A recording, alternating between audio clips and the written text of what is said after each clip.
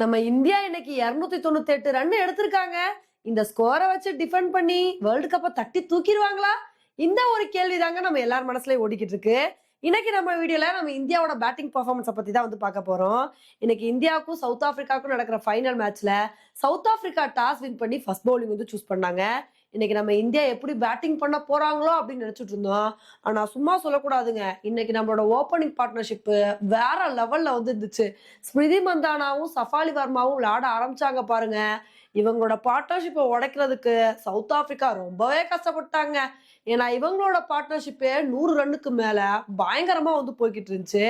இவங்களோட பார்ட்னர்ஷிப் அப்படியே கண்டினியூ ஆகும் அப்படின்னு நினைக்கும் போது அப்பதாங்க ஸ்மிருதி மந்தானா வந்து அவுட் ஆயிட்டாங்க. ஸ்மிருதி மந்தானா அவுட் ஆனா என்னப்பா நான் இருக்கேன் அப்படின்னு சொல்லிட்டு சஃபாலி வர்மா 80 ரன்னுக்கு மேல எடுத்து செஞ்சுரி நோக்கி போய்கிட்டு இருந்தாங்க.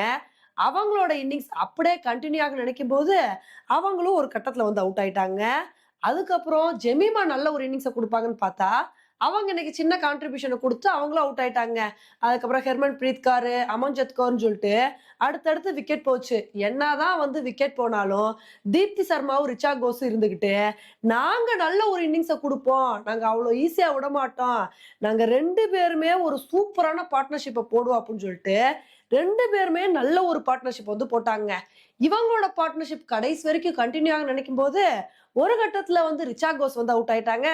தீப்தி சர்மா நான் கடைசி வரைக்கும் நின்று போராடுவேன் அப்படின்னு சொல்லிட்டு ஒரு சூப்பரான இன்னிங்ஸ் வந்து கொடுத்தாங்க. இதனால இன்னைக்கு நம்ம இந்தியன் உமன்ஸ் டீம் 50 ஓவர் முடிவுல 298 ரன் வந்து எடுத்திருக்காங்க.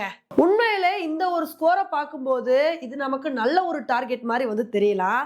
ஆனா இது வந்து கொஞ்சம் ட்ரிக்கியான டார்கெட் மாதிரி தாங்க நமக்கு வந்து தெரியுது. ஏன்னா இதே கிரவுண்ட்ல நம்ம இந்தியா 300 ரன்னுக்கு மேலலாம் வந்து ஈஸியா வந்து சேஸ் பண்ணியிருக்காங்க. அதனால சவுத் ஆப்பிரிக்கா பொறுத்த வரைக்கும் ஸ்டார்டிங்ல இருந்து நல்ல ஒரு பேட்டிங் பர்ஃபார்மன்ஸை கொடுத்து விக்கெட்டை விட்டு கொடுக்காம விளாண்டாங்கன்னு வச்சுக்கோங்களேன், ரொம்ப கஷ்டமா வந்து போயிடும். அதனால இந்தியா இன்னைக்கு நம்ம எப்படியாவது வின் பண்ணோம் அப்படின்னா ஸ்டார்டிங்ல இருந்தே நல்ல ஒரு பவுலிங் பர்ஃபார்மன்ஸை கொடுத்து சவுத் ஆப்பிரிக்காவை விளையாட விடாம ரெகுலர் இன்டர்வல்ல விக்கெட் எடுத்துக்கிட்டே இருக்கணுங்க. அந்த மாதிரி விக்கெட் எடுத்துக்கிட்டே இருந்தா மட்டும்தான் அவங்கள கண்ட்ரோல் பண்ணி இந்த மேட்சை வின் பண்ண முடியும். இல்லைன்னா ரொம்ப கஷ்டமா வந்து போயிருங்க. ஆனா என்னதான் இந்த டார்கெட் ஒரு ட்ரிக்கியான டார்கெட்னு சொன்னாலும் ஃபைனல் மாதிரி மேட்ச்ல கொஞ்சம் ப்ரெஷர் இருக்கத்தான் வந்து செய்யும். அதனால இந்த ஒரு ஸ்கோரை பார்க்கும்போது ஒரு நல்ல ஸ்கோர் மாதிரி தான் வந்து தெரியுது. இதை வந்து நம்ம இந்தியா டிஃபெண்ட் பண்றாங்களா இல்லையா அப்படின்றத பொறுத்து வந்து பார்க்கலாம். ஓகே ஃப்ரெண்ட்ஸ், நம்ம இந்தியாவோட பேட்டிங் பர்ஃபார்மன்ஸை பத்தி நீங்க என்ன நினைக்கிறீங்க அப்படின்றத என்னோட கமெண்ட் செக்ஷன்ல வந்து போடுங்க. இதே மாதிரி இன்னொரு வீடியோல உங்களை வந்து மீட் பண்றேன்.